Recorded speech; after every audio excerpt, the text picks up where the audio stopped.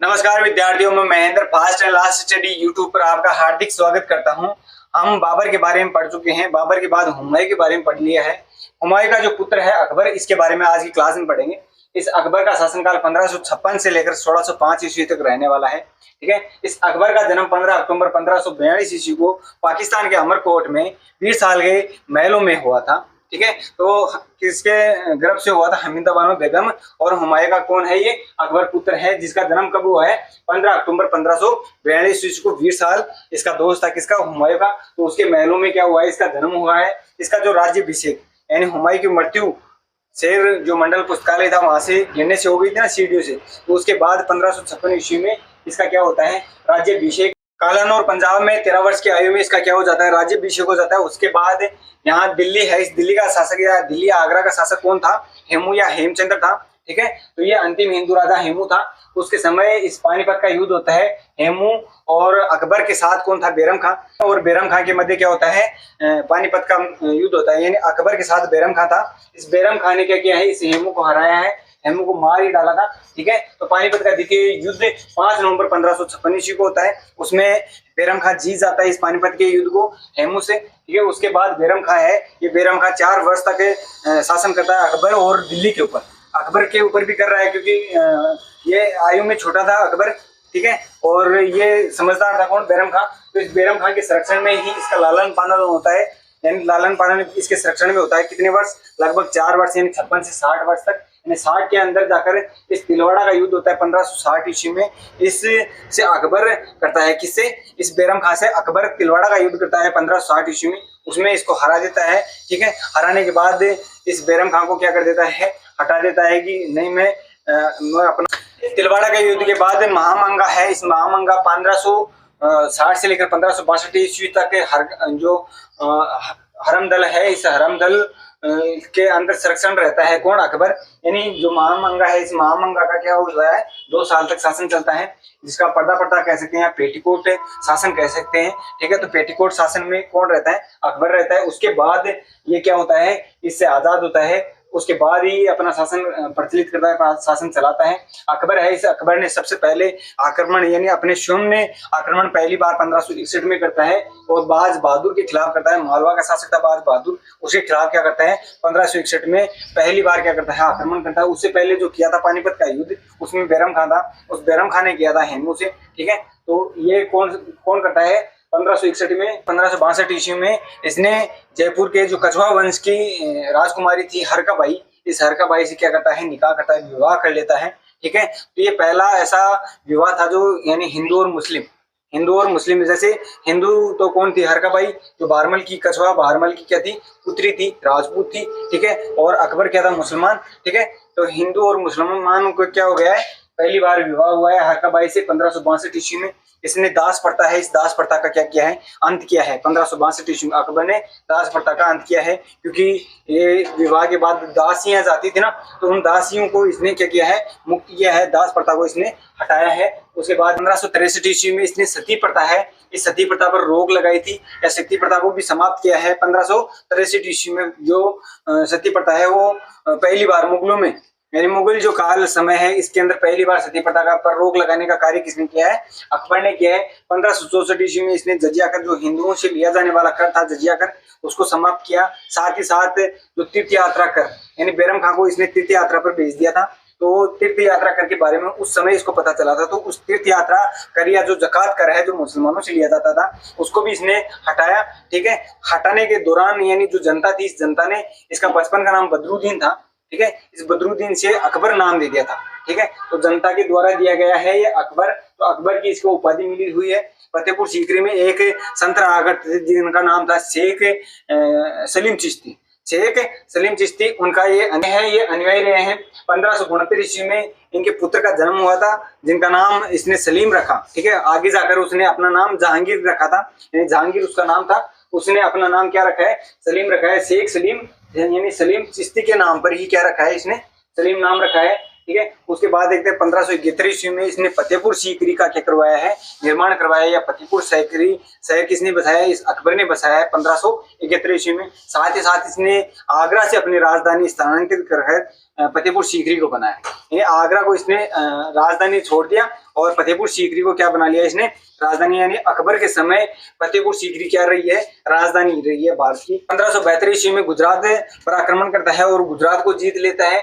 वहां इस अकबर ने पहली बार समुद्र को देखा था, यानी गुजरात अभियान के दौरान क्या देखा है, पहली बार समुद्र को देखा है। साथ ही साथ इसने यहाँ पुर्तगालियों से भी मिला, यानी पुर्तगालियों से सबसे पहले कहाँ मिला है, गुजरात अभियान के दौरान मिला है। इस गुजरात को जीतकर अपने साम्राज्य में अपने मिला लेता है अकबर।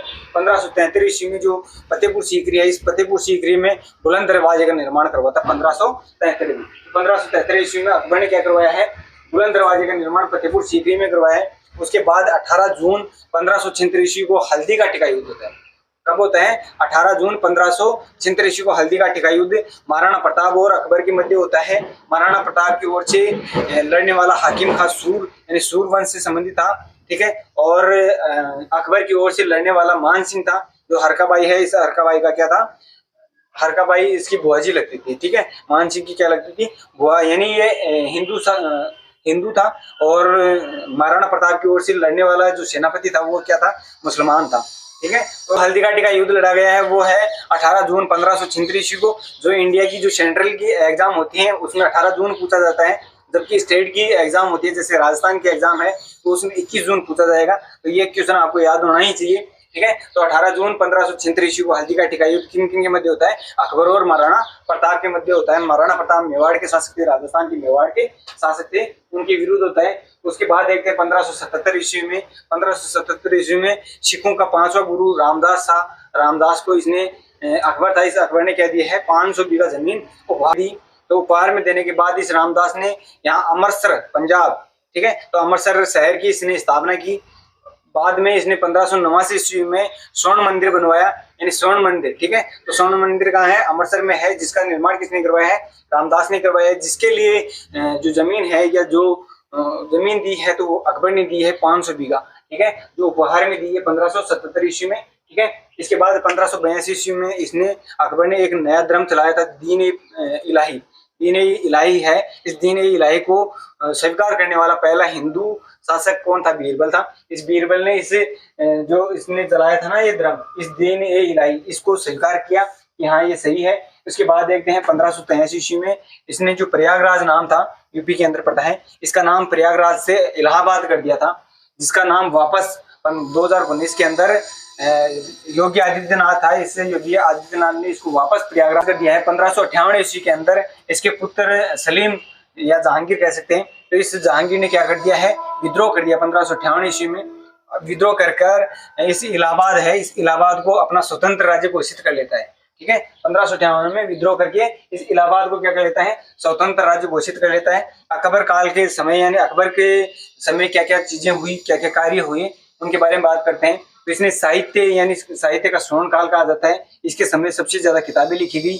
जबकि ये अनपढ़ शासक था, यानी बिल्कुल पढ़ा हुआ शासक नहीं था, लेकिन फिर भी इसके अच्छे अच्छे कार्य हैं। तो साहित्य का स्वर्ण काल इसके समय को माना जाता है। इसने मनसबदारी प्रथा है उसको चलाया था। तो मनसबदारी प्रथा के बारे में हम राजस्थान की हिस्ट्री है उसमें पढ़ेंगे, ठीक है, जिसके अंदर मान सिंह है, इस मान सिंह को 7000 का मनसब दिया गया था, ठीक है। अकबर के समय राजकीय जो भाषा है वो फारसी भाषा बन गई थी, यानी फारसी भाषा क्या हो गई थी, राजकीय भाषा हो गई थी। 31 दिसंबर 1600 ईस्वी को अंग्रेजों की ओर से रोलफ फिंच दरबार में आए थे अकबर के। तो अकबर के दरबार में कौन आया है, अंग्रेज अधिकारी है रोल्फ फिंच, ये ईस्ट इंडिया कंपनी की स्थापना करने के लिए आया है।